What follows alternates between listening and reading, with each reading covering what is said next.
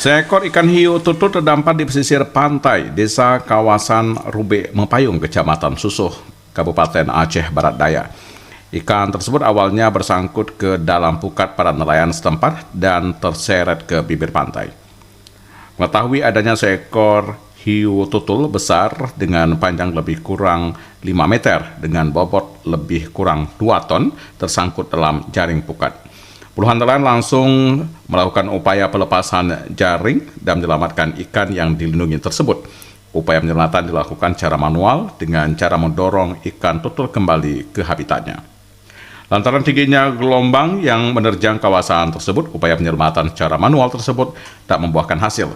Ikan tersebut makin terdampar ke tepi pantai, sehingga akhirnya ikan tersebut mati setelah 6 jam lebih dibiarkan terdampar di pinggir pantai tanpa adanya upaya penyelamatan dari pihak terkait. Kadung nggak sengaja dia, karena bukan ikan itu yang justru kita cari. Oh, gimana bang kondisi untuk penyelamatan? Penyelamatan kita usahakan gimana caranya nanti kalau bisa kita selamatkan. Nah, kalau enggak nanti kan kita usahakan gimana nanti.